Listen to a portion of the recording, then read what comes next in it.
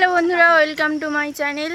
তোমরা সবাই কেমন আছো? আমি খুব ভালো আছি। আর এই যে টিম নিয়ে পুরো ঘুরতে বেরিয়ে গেছি। বৃষ্টিটা কমেছে আজকের, মানে টানা দুদিন বৃষ্টি হয়েছে, আর এই সবে বৃষ্টিটা কমলো, তাই জন্য ঘুরতে বেরিয়ে গেছি।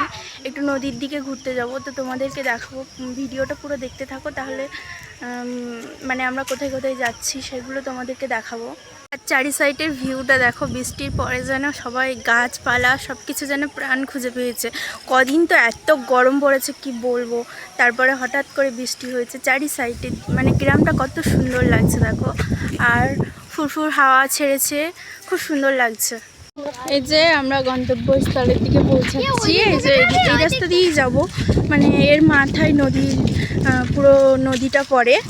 আর এই রাস্তায় অনেক স্মৃতি, আমরা প্রায় সময় এই রাস্তায় ঘুরতে আসতাম।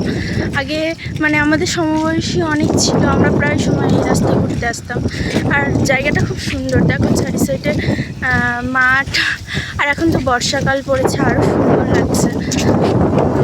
ওই পুচকে টিমগুলো কি করছে? নিম ফুল না, ফুল তো মরে গেছে, ফল হয়েছে। নিম যেখানেই যাবে সেখানেই শুরু করে দেবে, আর খুব ভালো লাগে এগুলো। A few moments later. তো বন্ধুরা, ফাইনালি আমরা নদীর ধারে চলে এসেছি।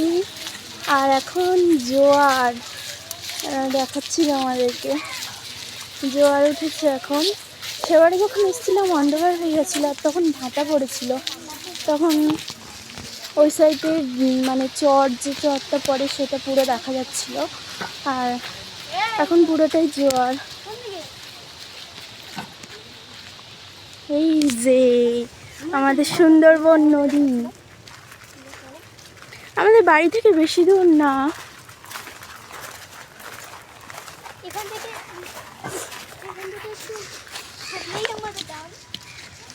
আর এই যে মালতলা বোট এখানে এসে দাঁড়িয়ে আছে।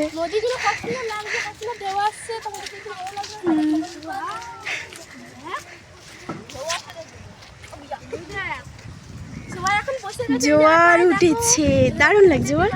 আর ওই যে ওই দ্বীপটা সেদিনকার তো আমাদেরকে দেখাচ্ছিলাম, ওটা পুরো মানে এই অবধি করে চর এসে যায় জল যখন কমে। কি? আমার তো ওই দ্বীপটায় যাওয়ার খুব শখ, কিন্তু হয় না কখনো। একটা বোট ভাড়া হয় না, 500 টাকা দিয়ে বোট ভাড়া করলে যাওয়া যায়। ওটা অনেক দূরে, এই দ্বীপটা অনেকটা বড়। হ্যাঁ, ওখানে সবাই ঘুরতে যায়, পিকনিক করতে যায় না? তো গাইস দেখো কি সুন্দর ঠান্ডা হাওয়া, খুব সুন্দর লাগছে জায়গাটা। আমরা নিচের দিকে লাবার চেষ্টা করছি। নিচে মনে হয় কাদা না বালি মাটি, শুকনো হতে পারে। চ না, এই যে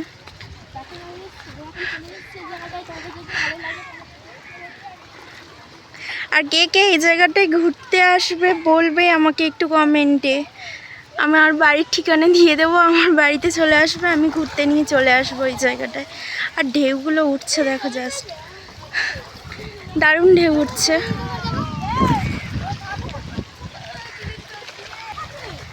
দেখিস কেউ পড়িস না যেন। আর ওই যে ওইদিকে মানে ওই দিকটা গেছে গোসবার দিকে, আর এই দিকটা গেছে এটা সেই মালঞ্চর দিকে চলে গেছে, মানে কোটরাখালি মালঞ্চ এইদিকে অনেকটা দূর চলে গেছে। আর পাটানখালি হলো একটা ছোট দ্বীপ, এই দ্বীপটা চারি সাইডে আর কি নদী ভর্তি। আর ঢেউগুলো জাস্ট উঠছে দেখো।